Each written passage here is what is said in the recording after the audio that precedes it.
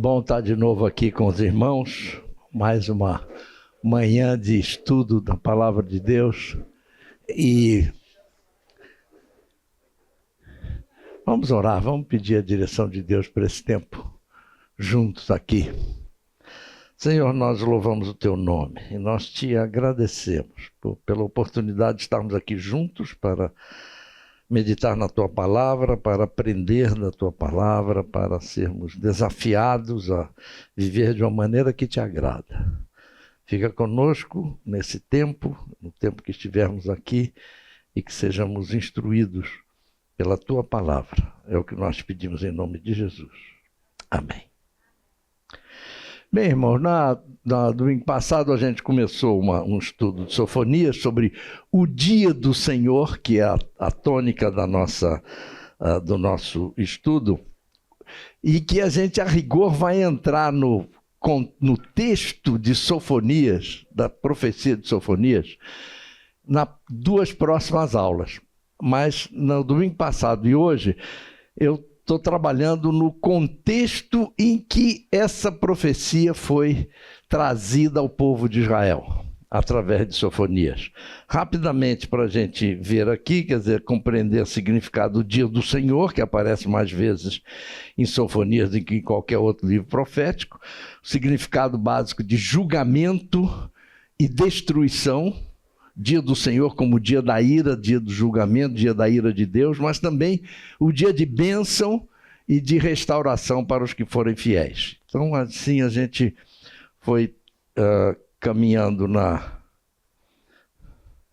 a mensagem profética de Sofonias, no contexto histórico, é o que a gente já tinha colocado, lembrando apenas que os assírios eram os grandes vilões daquele contexto, que pouco antes levaram cativos as 10 tribos de Israel, que logo depois de Salomão o reino ficou dividido entre Judá e Benjamim, com Roboão, filho de Salomão, e Jeroboão, aquele seu general, etc., as outras 10 tribos. Então, tempos depois, os assírios levaram cativos as 10 tribos do reino do norte, cuja capital era Samaria, e que nunca mais houve a volta deles. Então foram completamente destruídos. Então a gente tem profecia primeiro de Jonas em relação aos assírios, pelo arrependimento dos assírios e que ele reagiu a isso, ao chamado, a gente conhece bem.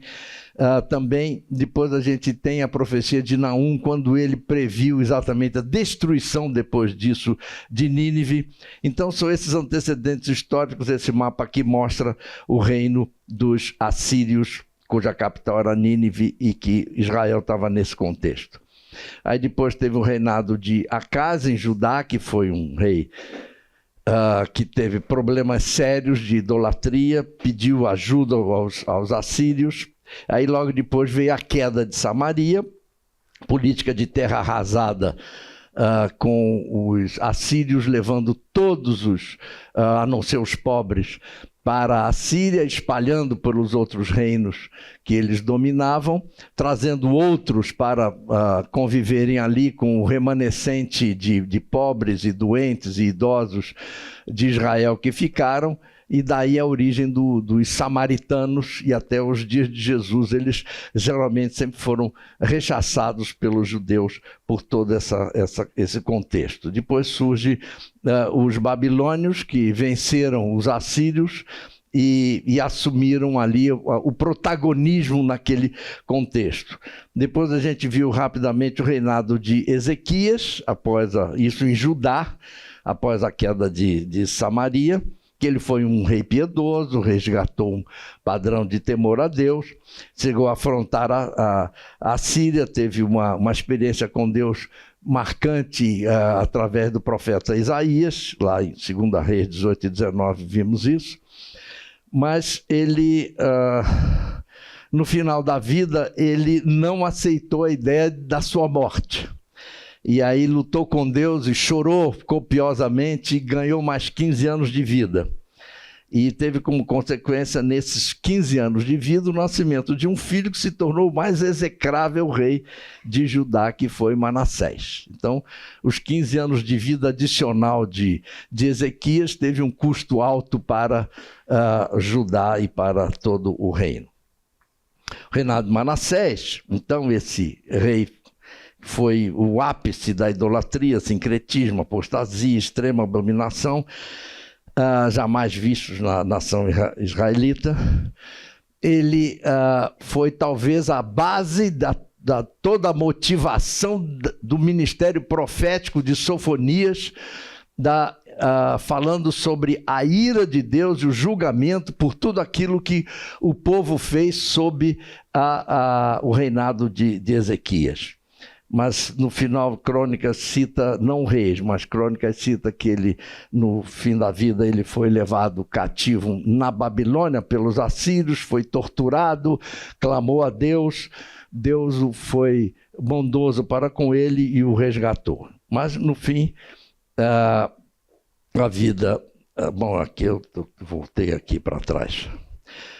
Amon, filho de Manassés, reinou no lugar dele 2 anos, fazendo tudo igual a Manassés, sem arrependimento nenhum, foi assassinado, e o seu filho Josias, com 8 anos de idade, começa a reinar. Então, agora já está em um outro contexto histórico do reino da Babilônia ali, e aí começamos hoje com recapitulando algumas coisas interessantes que vão ter tudo a ver com o nosso assunto de hoje.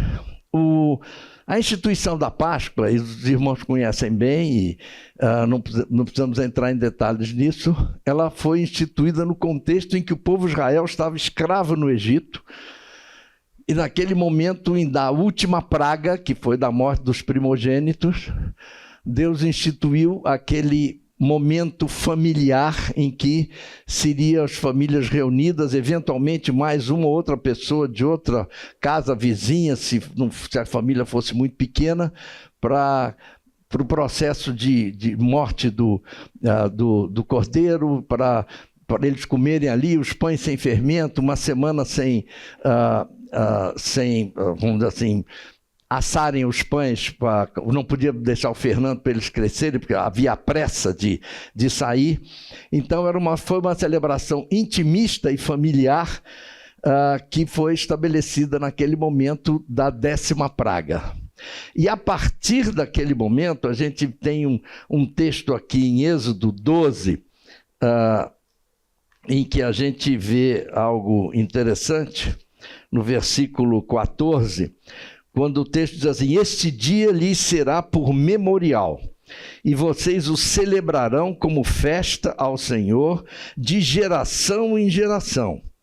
E vocês celebrarão esse dia por estatuto perpétuo. Então, quando a Páscoa foi instituída, ela também recebeu essa orientação de Deus, no sentido de que, olha, isso é algo que vai ser estabelecido de geração em geração por estatuto perpétuo, para vocês fazerem isso, lembrando tudo isso que aconteceu. Ou seja, uma crise que demandou uma dependência total de Deus, uma celebração íntima em família, e a pressa que eles estavam fazendo naquele momento, eles não poderiam vamos dizer assim, se deixar levar por distrações de qualquer outra ideia. Daí a ideia dos pães sem fermento, porque aí quando a massa é feita com fermento, ela precisa levar um tempo para ser levedado, para depois ser assado com calma. O sem fermento não demandaria esse tempo, portanto deixaria as pessoas livres para saírem a qualquer momento levando os seus pães. Também ela significava a libertação do passado de escravidão e trazia a ideia de uma expectativa de um futuro de liberdade. Então era esse sentido da Páscoa instituído ali, como a gente viu, na saída do povo do Egito. Então, um memorial celebrado, como a gente acabou de ler, de geração em geração. Então, aqui vem alguns textos que dizem sobre isso. Bom, aí a gente chega na grande reforma de Josias. E a grande reforma de Josias, ela é algo que a gente chegou a ver na aula passada, quando Josias descobre, na reforma do templo, primeiro ele se preocupou, esse Josias, que começou a reinar com 8 anos, filho do pior rei que se tem notícias de Judá, Manassés, ele, de alguma maneira, foi preservado e aqueles líderes politicamente contrários ao próprio Manassés cuidaram como preceptores da formação do Josias para não criar alguém da mesma natureza que era Manassés e Amon, que vieram logo antes dele. Então, ele foi criado da melhor maneira possível. E a gente constata isso pelo que se tornou Josias na sua vida e na sua maneira de viver. É muito, muito interessante mesmo, quando a gente vai lá agora para Reis, para o segundo livro dos Reis, a gente, a partir ali do versículo, do capítulo 22, a gente vê as descrições, a descrição de Reis e também de Crônicas, do que foi esse reinado de Josias, que foi criado a partir dos 8 anos, por outras pessoas, não os seus familiares, não o seu pai, não o seu avô, pelo contrário. E quando chegou no 18º ano do seu reinado, ele então manda o escrivão à casa do Senhor, esse texto é muito interessante, e ele pede para que eles vão até o sumo sacerdote, que consulte os recursos disponíveis para a reforma do templo. A preocupação dele passa a ser o seguinte: o templo está, o local de adoração está a matroca, ou pior do que isso, ele tinha sido transformado num local do pior tipo de adoração que podia haver, desde prostitutas cultuais até sacrifícios de filhos a deuses. O próprio Manassés sacrificou o seu filho, queimou vivo o seu filho em sacrifício, e por aí afora. E muitas coisas que estavam colocadas no contexto do templo vieram, inclusive, desde Salomão. Se a gente for ver lá atrás, Salomão acabou se envolvendo com mulheres do mundo inteiro, trouxe o culto dessas mulheres para o contexto de Jerusalém, e muito do que tinha nos dias de Josias vinham desde épocas lá atrás, de Salomão mesmo. Então era esse sincretismo religioso que estava dentro ali do contexto do templo. E Josias, ele, pela maneira como ele tinha sido educado, ele viu que aquilo não estava correto, então precisava haver uma reforma, além do fato de as próprias características físicas do templo estavam de uma maneira, vamos dizer assim, inadequada, que precisava ser refeita. Então, ele teve essa preocupação. Aliás, essa questão desse sincretismo religioso é algo que não é estranho para nós nos dias de hoje. Se a gente olhar em volta, e mundo inteiro, e Brasil também, o que a gente tem de mistura, a gente às vezes se assusta de ver e de ouvir. Mas ali a coisa era muito pior. E o rei Josias, ele assume com essa boa intenção de reformar o local de adoração. Isso precisa mudar, isso precisa ser restaurado dentro daquilo que eu já ouvi falar e que era nos dias dos nossos antepassados. Então, se a gente abrir lá em 2 Reis 22, é interessante que ele diz isso: vá pedir ao sumo sacerdote Uquias que conte o dinheiro que foi trazido à casa do Senhor, a qual os guardas da porta juntaram do povo, que esse dinheiro seja entregue aos que dirigem a obra e tem a seu encargo a casa do Senhor, para que paguem aqueles que fazem a obra, etc, etc, etc. Então ele estava preocupado em ser feito um trabalho de restauração do local de adoração. Então, ele começa com algo interessante naquele contexto, que depois a gente pode até fazer algumas considerações sobre isso. Ele se preocupou, em primeiro lugar, com o local de adoração. Muito bem, então precisamos ter o local de adoração. Talvez ele tenha, na melhor das intenções, invertido o processo, mas ele foi bem intencionado nisso. Nós precisamos ter o local adequado para adorar. E esse é um risco que às vezes a gente coloca, que a gente muitas vezes coloca na frente as instalações, os processos, os recursos, etc., ao invés da essência. Mas ele começou assim, e assim ele foi fazendo. E o sumo sacerdote, então, ele disse ao escrivão, o sumo sacerdote Ilquias, ele disse: olha, eu achei na casa do Senhor o livro da lei. Teve um aspecto positivo essa rearrumação toda, essa obra de reforma, porque eles foram mexendo nos recantos todos e acharam escondido, perdido, em algum canto largado, o livro da lei, provavelmente o Deuteronômio, que eles trouxeram ali e mandaram avisar ao rei. O sacerdote entregou o livro a Safã e este o leu. Então o escrivão foi falar com o rei e lhe deu o relatório dizendo: os seus servos contaram o dinheiro, etc., estava tudo lá certo, e entregaram nas mãos dos que dirigem a obra do teu Salvador. E depois ele falou o seguinte: olha, o sacerdote me entregou um livro. E Safã o leu diante do rei. É muito interessante isso. Eles estavam providenciando os aspectos formais e físicos de uma reforma. Aí acha o livro aqui. Aí depois dele ler, ele leva para o rei e lê para o rei. No momento em que isso é lido para o rei, em que o livro da lei é lido para o rei, olha o que aconteceu aqui. Quando ouviu as palavras do livro da lei, o rei rasgou suas roupas. Então deu ordens a Ilquias, o sacerdote, a Aicão, filho de Safã, a Acbor, filho de Micaías, a Safã, o escrivão, e a Asaías, servo do rei, dizendo: vão consultar o Senhor por mim, pelo povo e por todo o Judá, a respeito das palavras deste livro que foi encontrado. Ele leu e a ficha cai.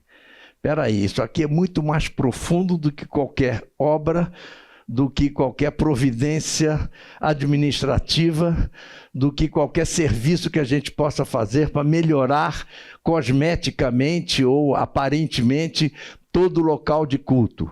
Isso aqui é muito sério, porque o que eu estou vendo é o que o Senhor está dizendo para nós. Com isso não se brinca. E ele, ao falar isso, ele disse: porque é grande o furor do Senhor que se acendeu contra nós, porque os nossos pais não deram ouvidos às palavras deste livro, para fazerem segundo tudo o que está escrito a nosso respeito. Ele parou, viu, leu, ouviu a leitura e disse: olha, a nossa vida está completamente em desacordo com isso que está colocado aqui. O que a gente tem feito como país, como nação, ao longo da história, não tem nada a ver com o que a gente deveria fazer. Então, algo precisa ser feito. Aqui o primeiro ponto que eu queria afirmar é o seguinte: um líder do povo, no caso Josias, ele foi a peça-chave para haver uma transformação da postura do povo como um todo. E ele, na melhor das suas intenções, ele disse: nós temos que mudar isso. Mas da maneira como ele fez, e como não tinha outra maneira para ele fazer, ele trabalhou da seguinte forma: ele trabalhou de cima para baixo. Ele era o rei, ele tinha o poder e os recursos na sua mão, e ele determinou como as coisas deveriam ser feitas. Então, mas ele também sabia como deveria. Então ele pediu que fossem falar com a profetisa Hulda. Então havia a profetisa Hulda, que era alguém que falava da parte de Deus para o povo. Então vamos ver o que os que falam da parte de Deus para o povo têm a falar para nós nesse contexto. E eles foram até lá. E eles consultaram. E dessa maneira, o que aconteceu daí para frente foi que a maior reforma religiosa da nação de Israel aconteceu a partir dessa iniciativa de Josias e dele consultar a profetisa Hulda, de consultar os líderes, etc., mas com base no conteúdo que ele tinha lido do livro da lei.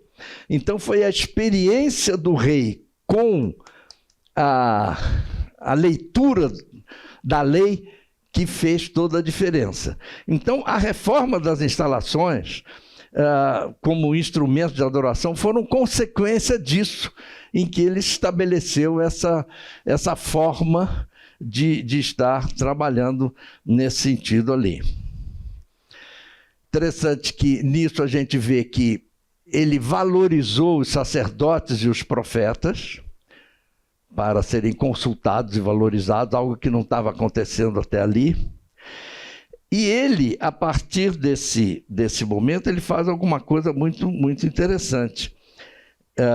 Ele faz aquela...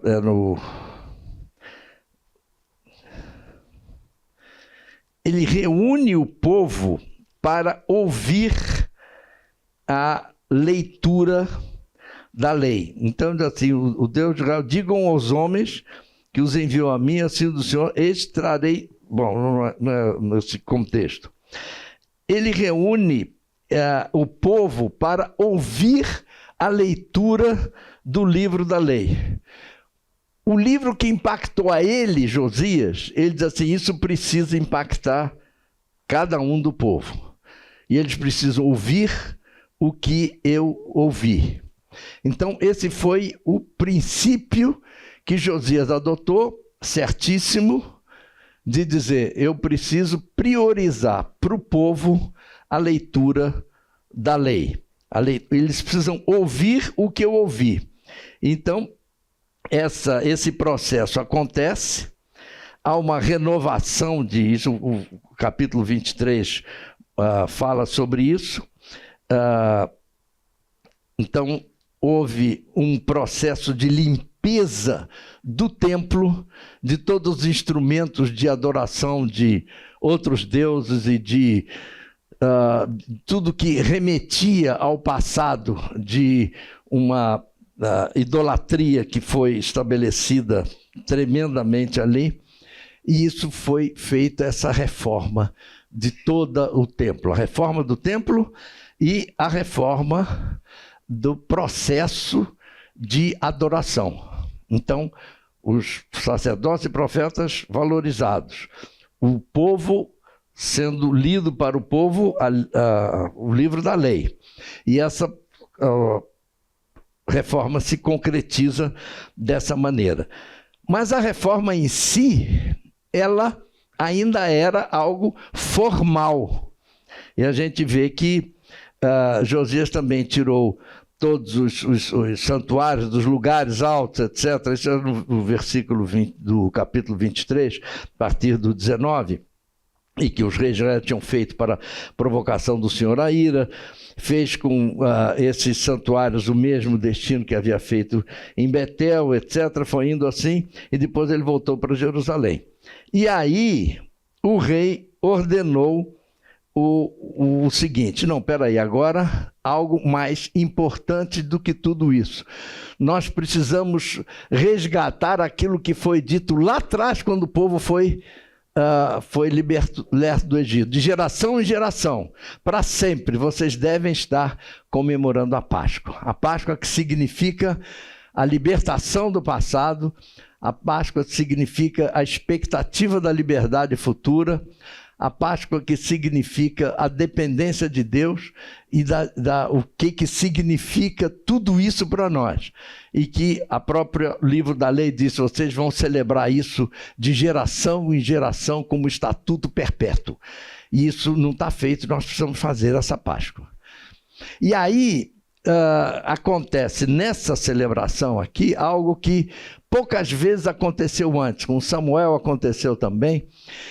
Foi uma grande celebração para o povo inteiro. Até então, a Páscoa se caracterizava, como a gente viu no começo, com uma reunião íntima familiar, em que a própria família seria talvez um culto doméstico em termos de hoje. Então, é aquele grupinho que está ali. A partir de alguns momentos no passado, mas especialmente dessa Páscoa celebrada por Josias, a celebração da Páscoa passou a ser um acontecimento nacional, o grande dia nacional do acontecimento, como vai acontecer nos dias de Jesus, quando o povo todo vinha a Jerusalém para a celebração da Páscoa. A partir de então, a celebração da Páscoa passou a ser um acontecimento nacional com profundo significado e vamos dizer assim, de realização, de afirmação nacional. Não era o início da Páscoa. O início da Páscoa não era isso. Era uma pequena reunião familiar na expectativa de libertação, vamos dizer assim, do passado e daquilo que estaria diante de nós. E a partir dali isso acontece. E aí a gente vai entrar na questão da grande celebração, da memorável celebração da Páscoa em Josias. Não sei se alguém quer fazer qualquer comentário, qualquer consideração até aqui. Sim. Quando fala ler o livro da lei, pela própria extensão, a gente passa pelo texto, parece, teve um culto lá e ler o livro. Eu não sei, eu não tenho dados para ver com clareza, mas eu imagino que pode ter sido um tempo mais extenso, né? Algumas das considerações feitas é que provavelmente era uma parte do livro de Deuteronômio, que é o que foi achado, e que realmente reuniu o povo para o povo ouvir essa leitura. Não foi um negócio de 10 minutos. É algo muito mais significativo, mas no que dizia respeito a tudo que precisava ser feito e que não tinha sido feito ao longo do tempo. E que realmente eles perceberam o seguinte: a conduta que nós temos hoje como povo é algo que irrita profundamente o Senhor, porque vai contrário a tudo que Ele diz que a gente tem que fazer. É que dá a impressão, sei lá, eu fico imaginando que isso foi muito mais um processo do que não foi um processo que Josias estabelece no seu reinado e que culmina no momento de dizer, então agora nós vamos celebrar a Páscoa para representar tudo isso que a gente descobriu que nós estávamos muito longe do que era para ser feito. E ao fazer essa celebração da Páscoa, e que realmente, uma das coisas que se levanta, eu acho que é interessante pelo seguinte, a gente vai ver um pouco adiante que essa transformação, ela foi, eu vou antecipar um pouquinho, mas depois ela foi meio cosmética, porque os filhos de Josias, na sequência, por 23 anos, fizeram tudo pior do que o igual ao seu pai e seu avô, e culminou na levada do povo por Nabucodonosor por 70 anos de escravidão, lá em que o povo foi levado cativo para a Babilônia. Então, quer dizer, foi algo pontual, muito mais do que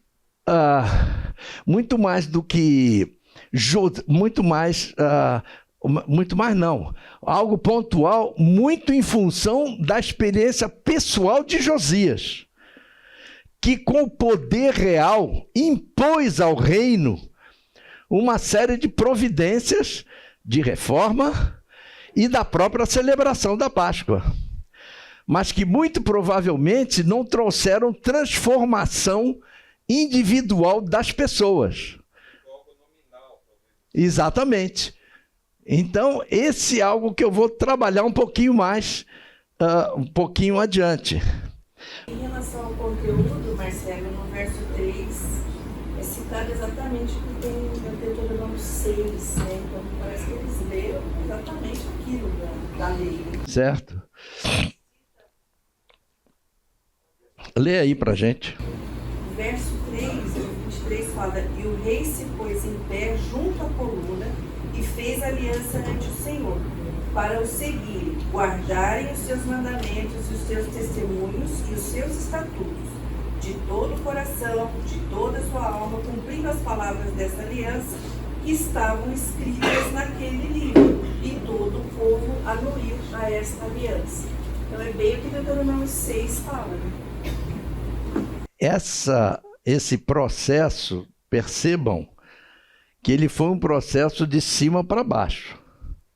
O rei teve uma experiência pessoal única, ímpar, e que com base na experiência pessoal dele, ele determina que o povo haja daquela maneira.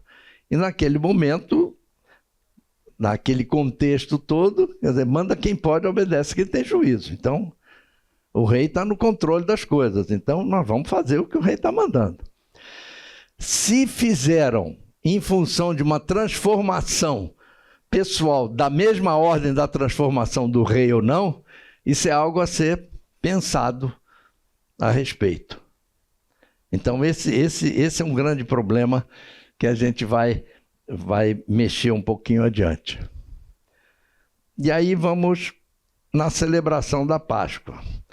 Interessante que a primeira coisa que eles resgatam é que Davi e Salomão, em relação à ministração do santuário, lá em 2 Crônicas 8:14, ele orienta como é que a gente deve, como deveria isso ser feito. Quer ver? Olha aqui.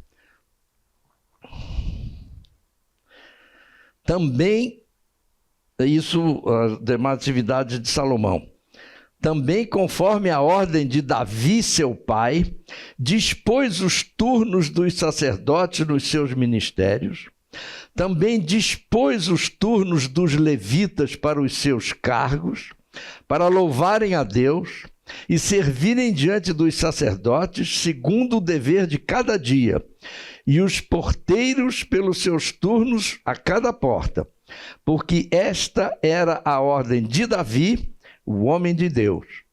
Então, ele resgatou o que Salomão, em função do que Davi já tinha estabelecido, estabeleceu para ser a maneira do culto lá. Então, vamos fazer exatamente como Salomão mandou, em função de Davi. Então, resgatou procedimentos, eu diria, de liturgia cultual. Então, a liturgia foi resgatada de acordo com as origens, como deveria ser. E, às vezes a gente se preocupa muito com a liturgia mais do que deveria. Talvez ali tenha sido o caso de Josias. Também outra coisa que a gente vai ver é que foi nessa celebração da Páscoa, a grande celebração da Páscoa de Josias, é interessante que houve uma grandiosidade de subsídios reais para os sacrifícios, para a participação de todo o povo, dos sacerdotes, dos levitas. Eu não vou estar lendo, mas se vocês quiserem pegar ali o capítulo 23 de 2 de Reis, ele esgota essa questão de recursos dados e ministrados para que o povo pudesse, de uma maneira abundante, participar. Então, a questão dos sacrifícios, dos cordeiros, dos bois, de tudo que fosse preciso, o rei estava subsidiando. Todos os insumos necessários para o sacrifício, o rei estava subsidiando. Então, todos os cofres reais estavam à disposição do povo para uma celebração cultural do melhor nível possível. E isso foi o que aconteceu aqui. E interessante que também toda essa preparação custosíssima foi bancada pelo Estado, digamos assim. Foi o rei que bancou tudo isso. Então eles participaram, tanto sacerdotes, levitas, etc, etc. E também a Páscoa, a festa dos pães altos, sempre, que desde Samuel nenhum rei celebrou da mesma maneira que ele. Aí então, esse que foi no 18º ano do reinado de Josias, participaram os habitantes de Judá, alguns de Israel que estavam lá, que não tinham levado os cativos, todos os moradores de Jerusalém. Então imagina a quantidade de pessoas participando dessa celebração. Tem uma coisa interessante, aqui vou abrir em 2 Crônicas 35, que tem uma coisa muito interessante.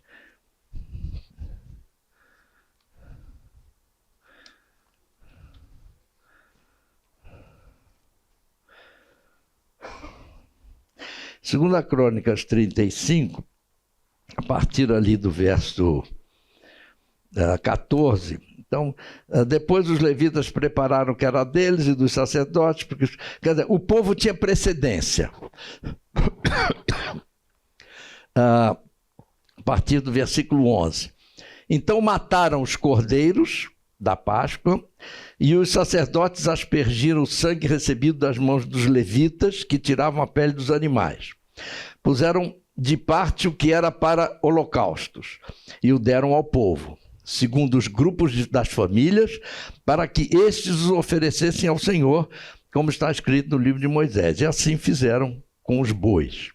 Assaram o cordeiro da Páscoa no fogo, segundo o rito. Cozinharam as ofertas sagradas em panelas, em caldeirões e frigideiras, e as repartiram entre todo o povo. Então, nessa celebração é interessante, quer dizer, a precedência era o povo. Tudo isso era recursos do rei, preparados pelos levitas e sacerdotes, e o povo tinha precedência, recebia antes de quaisquer autoridades ou de quaisquer sacerdotes ou levitas, etc. Depois, versículo 14, os levitas prepararam o que era deles e dos sacerdotes, porque os sacerdotes, filhos de Arão, se ocuparam até a noite com o sacrifício dos holocaustos e da gordura. Foi por isso que os levitas prepararam o que era deles e dos sacerdotes, filhos de Arão. Então, eles primeiro prepararam para o povo. Interessante isso. Depois, prepararam para os sacerdotes, mas teve uma coisa interessante. Os cantores, filhos de Asaf, estavam nos seus lugares, segundo o mandado de Davi, de Asaf, de Armã e de Gedutum, vidente do rei. Também os porteiros estavam junto aos portões. Não necessitaram abandonar o seu serviço, porque os seus irmãos, os levitas, preparavam o necessário para eles. É um detalhe interessante, só para a gente, quer dizer, os que estavam de serviço no culto, os músicos, os que estavam dirigindo o louvor, os porteiros, estavam arrumando o estacionamento, eles não precisavam sair dos seus lugares, eles foram servidos pelos levitas que foram até eles. É interessante até a maneira como a coisa foi distribuída. O povo teve precedência em primeiro lugar, depois os sacerdotes e levitas, mas os que estavam servindo nas várias coisas não precisaram largar o que estavam fazendo e eles foram servidos pelos levitas. São detalhes interessantes que mostram a preocupação, não apenas do rei Josias, mas de todo o contexto em que a celebração, essa memorável celebração da Páscoa foi feita. Bom, aqui a gente chega no ponto em que, no versículo 18 desse 2 Crônicas 35, diz o seguinte: nunca se celebrou uma Páscoa como esta em Israel, desde os dias do profeta Samuel. E nenhum dos reis de Israel celebrou uma Páscoa como esta, que Josias celebrou com os sacerdotes e levitas, e com todo o Judá e Israel que estavam ali, e com os moradores de Jerusalém. Foi o 18º ano do reinado de Josias, e foi celebrada esta Páscoa.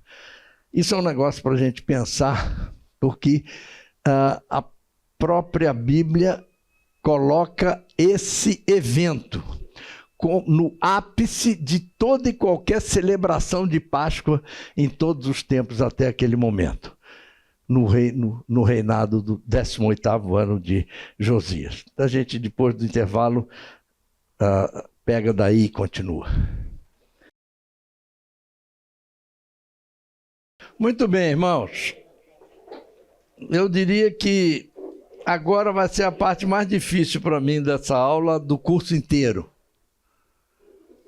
E até no meio do caminho, a Ruth, minha esposa, veio aqui falar comigo: José, como é que você vai fazer agora? Eu digo, não tem jeito. Porque ela já sabe o que eu vou falar agora. E para mim também foi difícil. E eu sei que será difícil para cada um de nós aqui. E eu chamei isso do problema das grandes celebrações.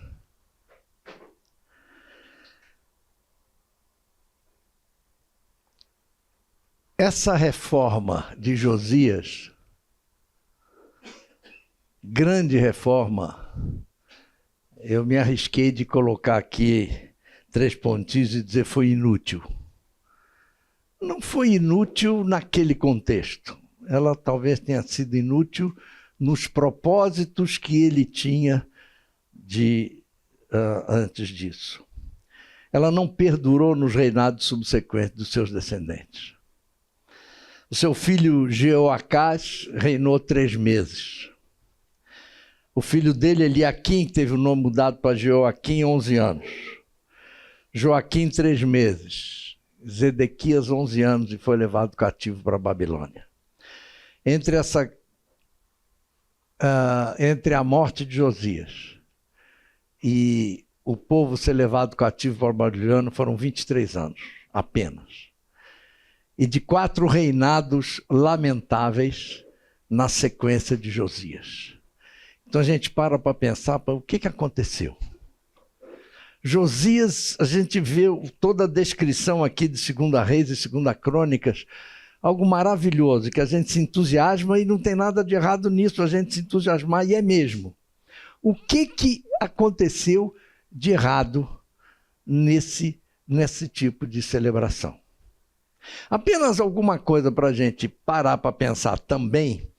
Naquele contexto, um pouco antes de Josias ali, Isaías teve o seu ministério, e, entre outras coisas, um capítulo famoso de Isaías, o 58, ele de alguma maneira antecipa algo que talvez tenha tudo a ver quando ele diz o seguinte: grite a plenos pulmões, não se detenha, erga a voz como a trombeta e anuncie ao meu povo a sua transgressão e à casa de Jacó os seus pecados.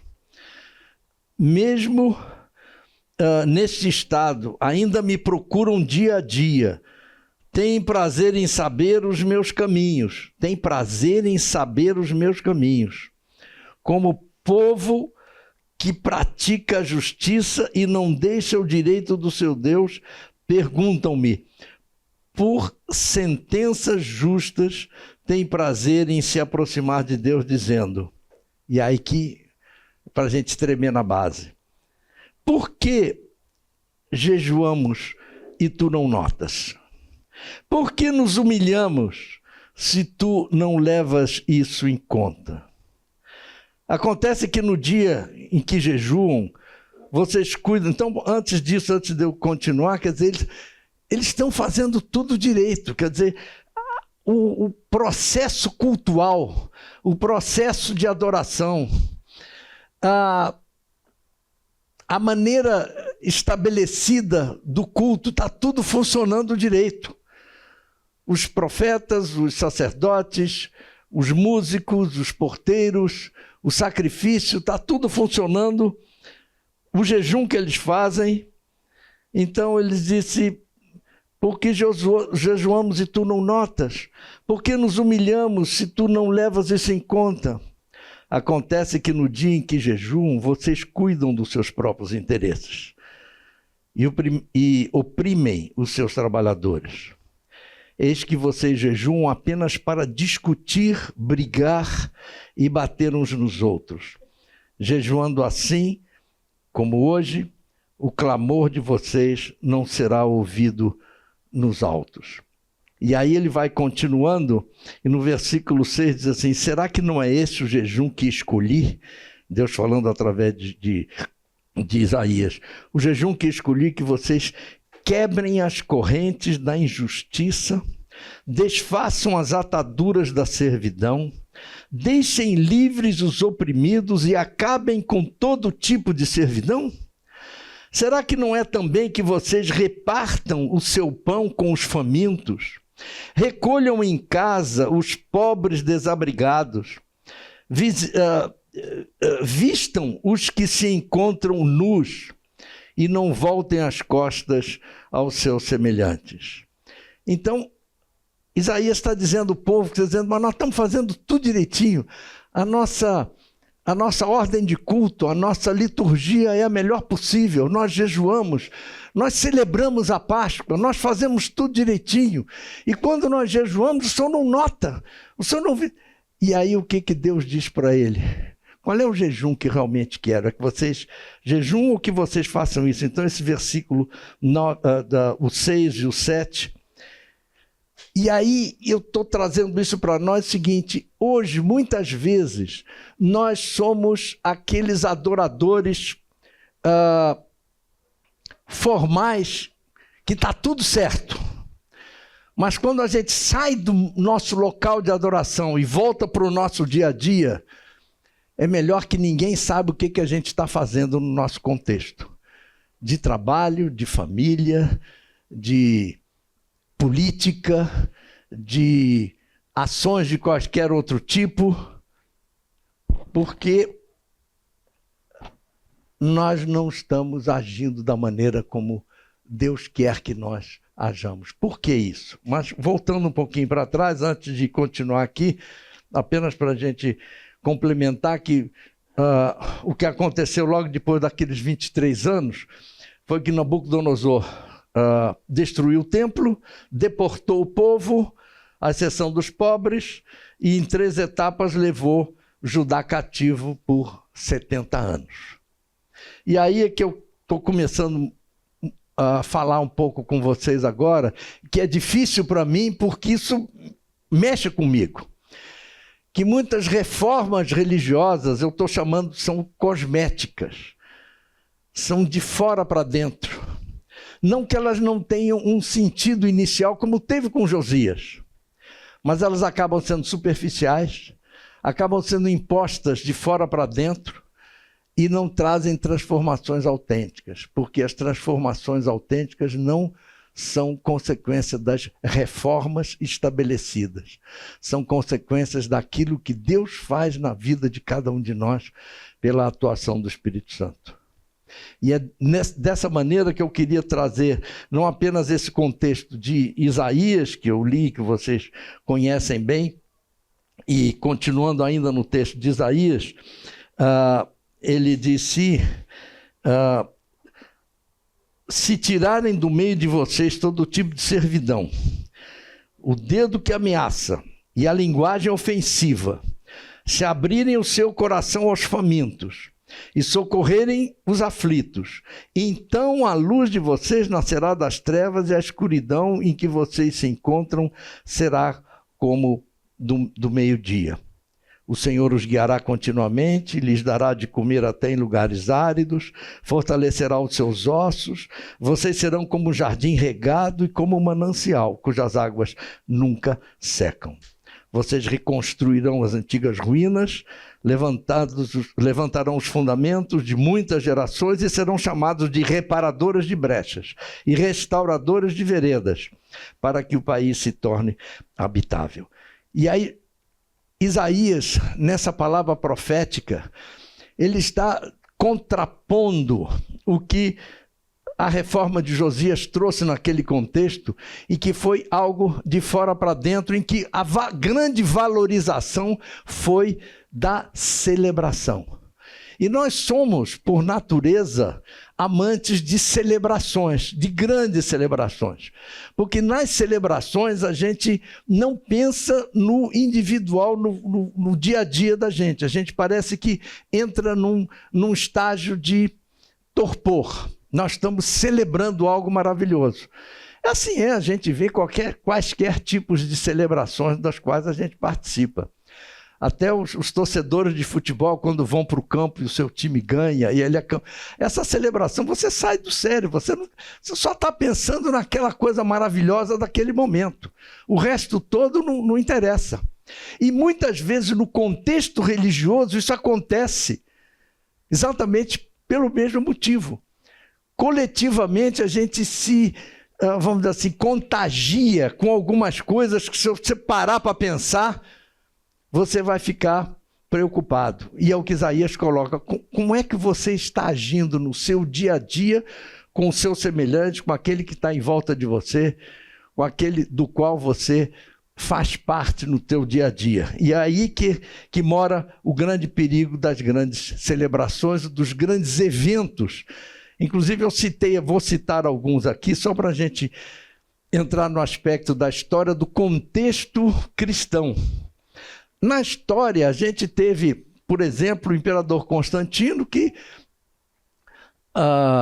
oficializou o cristianismo no Império Romano, que trouxe alguma coisa para muitos extraordinário. Então, de repente, a igreja de perseguida passou a ser a igreja institucional do Império. Então, de repente, a igreja que não tinha onde se reunir passou a ter por decreto os templos pagãos que se tornaram igrejas cristãs. É dessa época que a gente tem a ideia de que igreja é o local de culto. E igreja, biblicamente, não é o local de culto. Igreja somos nós, é o corpo de Cristo reunido onde der para reunir. Mas então as reformas vão mudando a nossa maneira de pensar ao longo da história. E isso traz dificuldades para o nosso dia a dia. Ao longo do Império Romano, e depois na própria oficialização da igreja cristã no mundo ocidental, houve alguns movimentos chamados monásticos, de pessoas que começaram a pensar, não, está tudo isso errado, eu tenho que sair daqui para resgatar o que foi a ideia inicial de Jesus com seus discípulos. Então, muitos dos movimentos monásticos têm essa boa intenção inicial, que depois também se cristalizaram e se institucionalizaram ao longo da história. Ao longo do tempo, muitos movimentos na história reagiram a essa institucionalização do cristianismo, e a gente tem vários movimentos, eu citei alguns aqui, o John Hus, os hussitas que deram nos morávios, e depois, mais tarde, o Conde Zinzendorf. Então foi um movimento missionário muito interessante, etc. Então, coisas muito positivas que aconteceram na história. Os valdenses de Pedro Valdo, tem até hoje igreja valdense na Paraguai, Uruguai. Lutero, nós somos herdeiros da reforma, de alguma maneira luterana ou calvinista. Então foram movimentos, a gente precisa mudar isso aí, então foram movimentos realmente, vamos dizer assim, sinceros e reais, que precisavam trabalhar contra vamos dizer assim, o mainstream que estava indo num certo sentido. Jacó Spener, movimento pietista, o movimento puritano, que foi da igreja anglicana, que trouxe de lá e que surgem de alguma maneira os congregacionais e batistas, são subproduto do movimento puritano na igreja anglicana. Depois, já no Novo Mundo, Jonathan Edwards e George Whitefield são movimentos de avivamento muito marcantes. John Charles Wesley, lá na Inglaterra mesmo, dentro da igreja anglicana, que depois deu na igreja metodista. O Exército de Salvação, que foi para as ruas para cuidar das pessoas que estavam abandonadas naquele contexto terrível naquela época. Também do país de Gales, avivamento do país de Gales. mais adiante, o famoso avivamento da Rua Azusa, lá na Califórnia, nos Estados Unidos, que mais ou menos o berço do movimento pentecostal moderno, movimento carismático no Brasil, as cruzadas evangelísticas, Billy Graham, nada contra, pelo contrário, muitos de nós são fruto de tudo isso. Os movimentos de células na Coreia, os movimentos de avivamento no Brasil nas décadas de 50 e 60. Então, todos esses foram movimentos que visavam um retorno às origens. Sim, Ruth. Não estou dizendo que não foram úteis. A própria reforma de Josias foi profundamente útil naquele momento. E todos esses movimentos foram profundamente úteis nos seus devidos momentos. O problema é que isso não resolve a questão do resgate do que realmente Deus requer de cada um de nós. Da atualidade da nossa vida com Ele. Não é em função de um movimento maravilhoso do qual eu fiz parte, eu faço parte. E eu, então, muitas vezes me identifico como parte desse ou daquele movimento. E, no entanto, eu preciso me identificar como alguém que foi resgatado pelo sangue derramado de Cristo na cruz. E aí, nesse momento, eu vou para Isaías 61, quando o mesmo profeta Isaías, na continuação desses textos proféticos que nós estamos vendo, ele, no capítulo 61, ele diz o seguinte: o Espírito do Senhor Deus está sobre mim, porque o Senhor me ungiu para pregar boas novas aos pobres. Enviou-me a curar os quebrantados de coração, a proclamar a libertação aos cativos e a pôr em liberdade os algemados. Eu vou dar um intervalo aqui para continuar e vocês vão entender por quê. E a profecia continua: apregoar o ano aceitável do Senhor e o dia da vingança do nosso Deus, a consolar todos os que choram e a pôr sobre os que choram em Sião uma coroa em vez de cinzas, óleo de alegria em vez de pranto, manto de louvor em vez de espírito angustiado. Eles serão chamados carvalhos de justiça, plantados pelo Senhor para a sua glória, reconstruirão as antigas ruínas. E ele vai indo por aí, vai indo, porque eu, o Senhor, amo a justiça e odeio a iniquidade, do roubo, infidelidade, e em fidelidade lhes darei a sua recompensa, e com eles farei aliança eterna. Bom, aí ele vai continuando aqui, mas eu dei aquela parada ali, exatamente pelo seguinte: se a gente for agora pular lá para Lucas, texto bastante conhecido nosso, Lucas no capítulo 4, coloquem um dedo aí no Isaías 61 e vão para o Lucas capítulo 4, quando no verso 16 Jesus foi para Nazaré, onde havia sido criado, e num sábado entrou na sinagoga, segundo o seu costume, e levantou-se para ler. Então lhes deram o livro do profeta Isaías, e abrindo o livro achou o lugar onde está escrito. Vocês podem ler tanto Isaías como o que eu estou lendo aqui.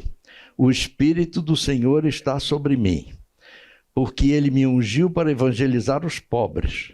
Enviou-me para proclamar libertação aos cativos e restauração da vista aos cegos, para pôr em liberdade os oprimidos e proclamar o ano aceitável do Senhor. Nesse momento ele fecha o livro. Ele não continua a leitura de Isaías, que vai um pouco mais adiante. E o que a gente vê nisso aqui é o seguinte: Jesus Cristo foi a concretização, a encarnação do próprio Deus conosco, em que Isaías havia anunciado, e Jesus vai e diz: olha, hoje se cumpriu essa escritura em mim. Olha o que Jesus diz logo depois. Quando ele fecha o livro, ele diz: tendo fechado o livro, Jesus o devolveu ao assistente, sentou-se. Todos na sinagoga também tinham olhos fixos nele. Então Jesus começou a dizer: hoje se cumpriu a escritura que vocês acabam de ouvir. O que acontece, e Jesus foi duramente criticado e perseguido por causa disso, é que há uma interrupção aqui nessa profecia de Isaías. Esse momento aqui, Jesus, ele, ao ler a profecia, diz: isso se cumpre hoje, com a minha chegada, mas há algo a se cumprir depois, quando eu voltar, antes de eu voltar, na minha volta. E aí é que Sofonias, a profecia de Sofonias, a gente vai entrar a partir da próxima aula. O dia do Senhor é o dia em que a ira do Senhor será proclamada, o julgamento do Senhor será proclamado por tudo isso que a gente leu, mas também será o dia da libertação e dos novos céus e da nova terra, que também são o dia do Senhor. E aí a gente vai ver na profecia de Sofonias, a partir das próximas aulas, esse aspecto da ira, do julgamento e do dia glorioso do dia do Senhor. E é interessante a gente ver isso, que Jesus pega Isaías, lê Isaías e diz assim: olha, isso se cumpre hoje no lugar. Mas só uma parte estava sendo cumprida, a primeira parte. E a outra ainda falta. Então nós estamos vivendo nesse intervalo. E o Vladimir, quando falou sobre Apocalipse, etc., ele realmente nos resgatou isso. Nós estamos nesse momento da grande tribulação, aguardando aquele outro dia, da manifestação da ira do Senhor, para que se concretizem todas essas promessas. Então nós somos esse povo chamado para viver de uma maneira desarraigada. Nós não temos condição, nós não temos nenhum vínculo no nosso dia a dia, a não ser sermos usados para alcançar aquelas pessoas que, em Isaías 58, ele fala qual é o jejum que agrada a Deus. É que a gente vai cuidar dos pobres, dos que estão deficientes, dos que precisam de alguma coisa, e é claro que a maior da necessidade é a proclamação do Evangelho Redentor de Jesus Cristo. Mas é um Evangelho que não vai sozinho. Não é só dizer: você aceita Jesus como Senhor e Salvador, você está abençoado, vai em paz, meu filho. Eu me lembro quando estava no seminário, uma piada corriqueira, era aquela no Rio de Janeiro, era o seminarista que, nos finais de semana, ele era um bom nadador, ele ia para a praia para ser guarda-vidas, então ganhava um dinheirinho ali no sábado. Então ele acostumado nas igrejas, etc. Então uma vez o pessoal achou que tinha qualquer coisa errada, porque sempre no plantão dele morria muito mais gente afogada do que em qualquer outro plantão. E ele era muito bom nadador, era um crente fiel, era um camarada que fazia tudo direito, mas como é que morria mais gente afogada quando ele estava de plantão do que os outros? Então arranjaram alguém para ficar de olho nele. Então ele chegava lá de manhã cedinho na praia, botava a toalha dele numa pedra, num lugar alto, binóculo para poder ficar olhando e tal. Então, de repente, o mar ficava revolto, alguém chegava lá, sacudia a mão: socorro, socorro, socorro. Ele olhava lá: pode abaixar a mão, meu filho, Deus te abençoe. Então, quer dizer, o negócio dele, quer dizer, houve a conversão, isso é uma piada para dizer, houve a conversão, Deus te abençoe, meu filho, vai e faz. E aí? E as necessidades dele? E o acompanhamento dele? O que realmente ele também precisa, porque ele come, ele se veste, ele tem necessidades de outros tipos. Então, é nessa questão que Jesus nos chama a atenção. O Evangelho não é o Evangelho apenas de dizer: pode baixar a mão, Deus te abençoe, meu filho. Você já aceitou a Cristo, pode morrer agora. Então, isso é o que faz a diferença. A grande reforma vem de dentro de nós para fora, e a gente não pode se apoiar em qualquer tipo de celebração, de evento, mas na palavra e na ação resgatadora, na ação renovadora do Espírito Santo através do Evangelho e do resgate e da redenção que temos em Jesus Cristo. Bom, eu já faz muito tempo ainda para acabar, mas o que eu tinha que falar era isso, mas eu estou disposto a ouvir perguntas e questionamentos. José, é por isso que há discipulado. Sim. Que a pessoa se converte. A necessidade. Aliás, falar um pouco assim sobre a nossa igreja é importante porque nós temos alguns programas que são realmente de valor. A questão das coinonias, dos grupos pequenos. A questão do discipulado. Porque, vou desafiar vocês aqui, porque é para mim assim, eu não sei exatamente quantos nós somos hoje membros aqui da Fonte, mas mais de 1.000, 1.500, não sei quanto, Vlad, quantos somos membros? 1.900, 2.000 membros. Alguém conhece os 2.000 membros, assim, pessoalmente? Não dá para, não tem como. Então, se a gente não tiver o convívio no grupo pequeno, que é o que realmente está sendo estimulado e continua sendo estimulado e precisa ser sempre estimulado, essa é a minha igreja, a minha pequena igreja é o meu grupo pequeno. E a necessidade do discipulado. Então, isso é que é o mais importante. Não é a grande... vamos dizer assim, não é a grande celebração. A grande celebração ela é circunstancial e momentânea. Então, nós somos chamados para ser aquele povo pequeno. Eu costumo brincar de que no Novo Testamento não tem, ou melhor, tem nenhuma mega igreja. A única que teve, Deus mandou uma perseguição para acabar com ela, que foi a igreja de Jerusalém depois do Pentecostes, que não era para ser grande. Então, povo, te espalha para tudo quanto é canto. Então, só passou a ter novamente mega igreja depois da primeira grande reforma de Constantino. Por quê? Porque a igreja pequena, ninguém consegue fazer nada contra ela. Porque somos nós dois juntos, nós três juntos. Então, não preciso de local, não preciso de endereço, não preciso de templo, não preciso de gente junta. Somos nós. Agora, se eu tiver local... como a gente está tendo aqui, um local de... Ótimo, muito bom, claro, vamos aproveitar enquanto a gente pode. É para isso mesmo. Mas há lugares no mundo que a gente vive hoje, a gente vai ver isso a partir da semana que vem na profecia de Sofonias, que nem pensar em poder se reunir com um grupo maior do que 3 ou 4 pessoas. Você está arriscando sua própria vida.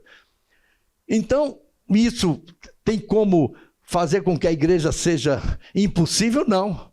Não há como você impedir a ação do Espírito Santo e na proclamação do Evangelho e o crescimento da igreja. Então, nós, na realidade, muitas vezes o que temos feito é atrapalhando o crescimento da igreja no sentido de...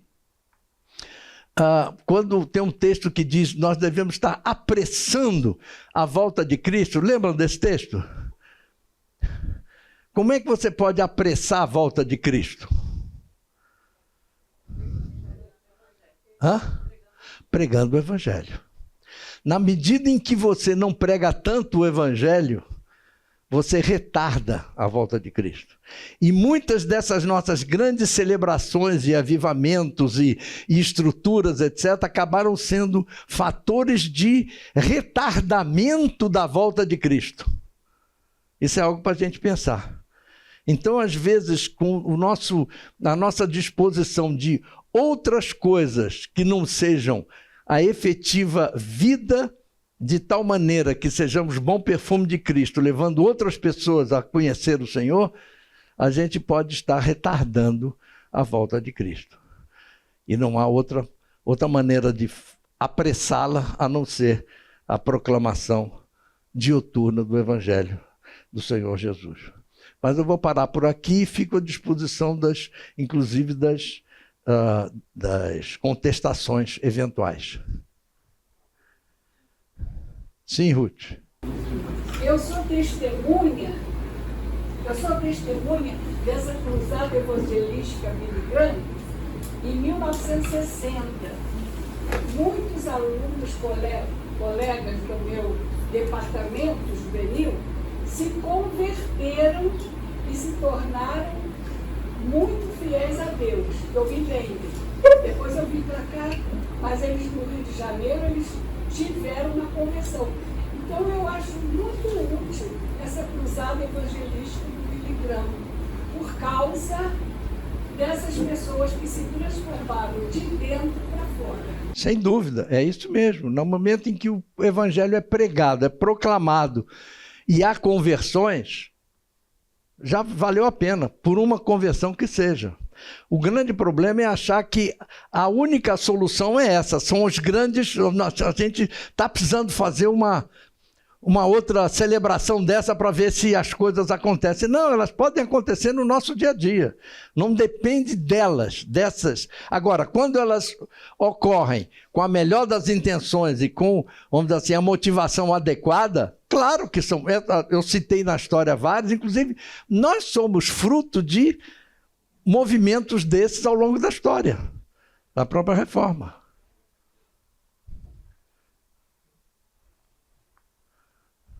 Acho que o conceito que você está mencionando de movimentos que foram marcados por superficialidade e que logo depois eles vieram a morrer, acho que isso é uma realidade de grandes ou pequenos movimentos ao longo de toda a história. Então, se a gente lembrar da experiência reformadora de Moisés tirando o povo do Egito, e logo depois o pessoal está construindo. Exatamente.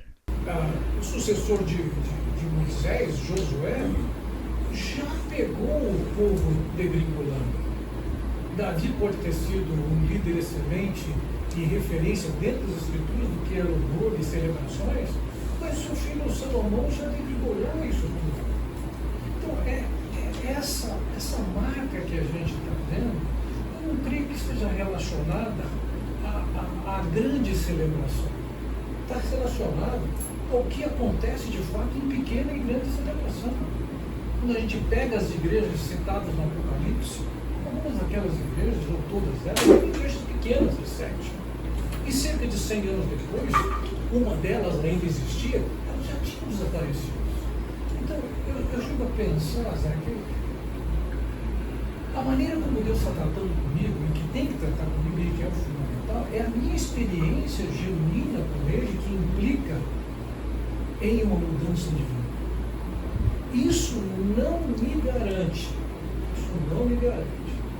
que daqui a uma geração esse grupo ainda vai estar comprometido com o mesmo caso. Exatamente. Alguém sintetizou dizendo o seguinte: tudo aquilo que tem acontecido na obra de Deus pode ser visto com 4 perspectivas. Ele começou com alguém que foi um instrumento de Deus. Você mencionou alguns ali, que vem seguido de um movimento, ou seja, essa pessoa não fica mais sozinha. Ela acaba mobilizando um grupo de pessoas substanciais. Na sequência a isso, instrumento, movimento, aquilo vira uma máquina organizada. E que na quarto estágio vai virar um monumento. Então eu diria o seguinte: independentemente do tamanho, existe uma rotina, um ciclo que acontece a partir da intervenção humana. E se não se volta para a condição do instrumento, vai ter esse destino, independentemente de ser pequeno ou grande. Foi bom você levantar essa questão do pequeno ou grande, porque às vezes a gente fica pensando nos grandes, mas é isso mesmo, isso tudo pode dar em nada e pode ser uma coisa maravilhosa, depende daquilo que eu colocar nisso. Inclusive, você usou uma expressão que me faz lembrar no tempo que eu estudei sobre movimentos da história do cristianismo, que a igreja, ela precisa estar sempre vamos dizer assim, se adaptando ao contexto onde ela está. Então a igreja não pode, ela tem que assumir a forma histórica do local, do tempo em que ela está. Porque se ela não fizer isso, ela acaba ao invés de ser esse movimento na história, ela acaba se tornando um monumento em que os outros vão olhar assim, ali jaz uma igreja. Então a gente tem que, exatamente nesse sentido. Então, ou a gente está sendo movido pelo Espírito e agindo de acordo com a experiência pessoal de cada um de nós, com todas as intercorrências disso, mas sabendo que isso anda, senão a gente corre o risco de virar de instrumento esse monumento que muitas vezes a gente olha para trás e diz, ali jaz. Eu tenho estimulado o pessoal da equipe a estudar os atuais desvios que estão acontecendo na igreja no Brasil. E é assustador. Recentemente eu ouvi uma mensagem do líder de um dos grandes movimentos da atualidade. Foi 1h20 de fala. Em nenhum momento o Senhor Jesus Cristo foi citado. A mensagem é Ele mesmo. Então, eles estão tendo um tremendo impacto. Mas um impacto inconsistente.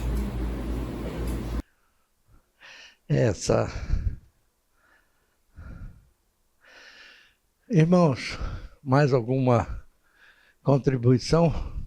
Senão nós vamos estar encerrando. Eu queria pedir que 2 irmãos que sentissem no coração o desejo de orar, agradecendo o que a palavra nos traz, mas também pedindo que o Senhor nos coloque no coração essa visão de estar sempre sendo transformados pela ação da sua palavra e do Espírito Santo.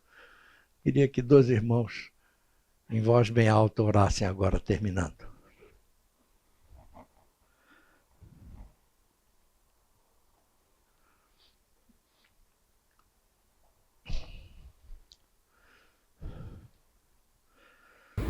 Senhor nosso Deus, nosso Pai, nós somos gratos a Ti, Senhor, porque o Senhor nos dá a liberdade nesse tempo que temos para acessarmos a Tua Palavra, sermos bem instruídos por ela e termos a presença do Espírito Santo em nossa vida. Amém, Senhor.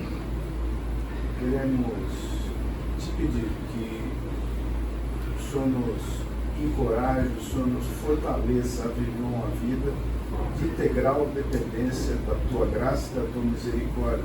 Amém. Para que os movimentos nos sobreponham à Tua Palavra e aquilo que é uma forma humana de comunicar não sobrepõe a verdade do conteúdo que a Tua Palavra nos traz. Amém. Nos instrui, Senhor. Pedimos e clamamos por Ti para nos ajudar a Te servir em obediência. Amém. É o que eu oro e agradeço em nome de Jesus. Amém.